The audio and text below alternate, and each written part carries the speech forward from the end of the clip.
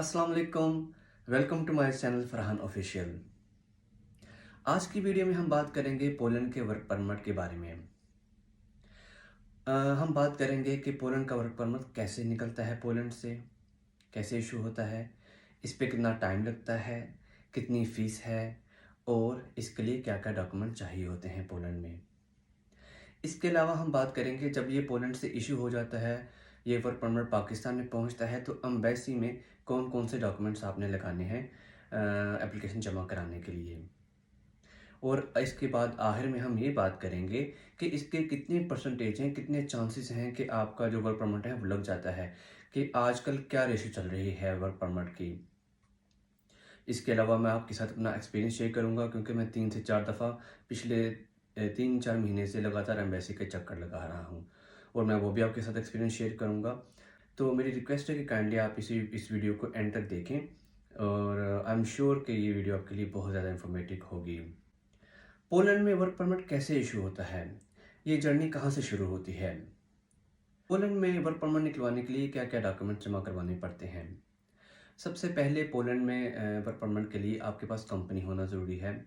Company के documents जो कि लीगली काम कर रही है पोलैंड में, उस कंपनी का जो नेचर ऑफ बिजनेस है कि वो कंपनी क्या काम कर रही है, आया कि वो रेस्टोरेंट चला रही है, वेयर हाउस है, प्रोडक्ट बनाती है, सर्विसेज देती है, उस कंपनी की ये इंफॉर्मेशन।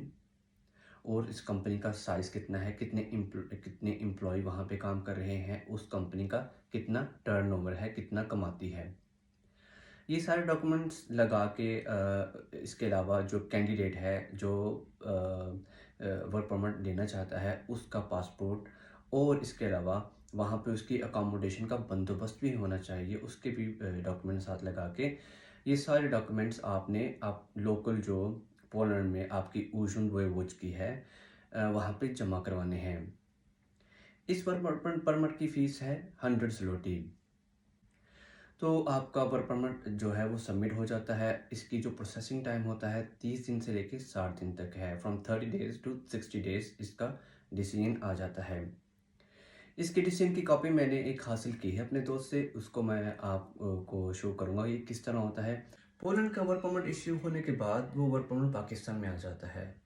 पाकिस्तान में जब पोलैंड का वर्क परमिट आ जाता है तो कैंडिडेट को कौन कौन से डॉक्यूमेंट्स की ज़रूरत है एप्लीकेशन जमा करवाने के लिए।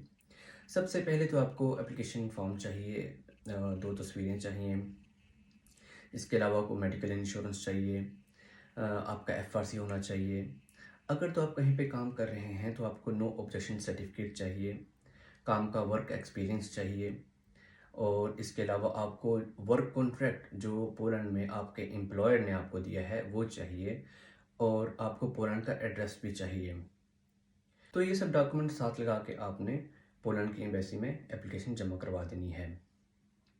लेकिन मेरी आपसे रिक्वेस्ट है कि आप जब भी पोलैंड में या किसी भी एम्बेसी में अपना एप्लीकेशन जमा करवाएं, आप डिटेल में उससे उसको पढ़ लें अच्छी तरह, क्योंकि अगर एम्बेसडर आपसे कोई भी क्वेश्चन करे तो आप आसानी से और फटाफट उसको जवाब दे दें।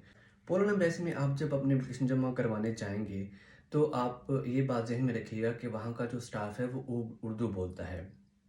तो वो सबसे पहला सवाल आपसे यही करेंगे कि आपने ये वर्क परमिट कहाँ से लिया, कैसे लिया और कितने पैसे दिए। जब आपसे वो ये सवाल करेंगे तो आप बिल्कुल परेशान हो जाएंगे, आपके पाँव से ज़मीन निकल जाएगी कि ये क्या हो गया मेरे साथ। तो लिहाजा इस चीज़ की आपने तैयारी करके जाना है। इसलिए मैं बार बार यही कह रहा हूँ कि जब भी आपने एप्लीकेशन जमा करवानी है आपको उसकी तमाम इन्फॉर्मेशन होनी चाहिए। वर्क परमिट किस शहर से इशू हुआ, कब इशू हुआ, कितनी सैलरी है, कहाँ पे जाना है, कितने घंटे काम है, और इसमें कितनी देर का है, सारी इन्फॉर्मेशन आपको होनी चाहिए। आपकी फिंगर टिप्स भी होनी चाहिए कि अगर वो पूछे तो आप उसे बताते जाएं। ये बहुत ही अहम पॉइंट है।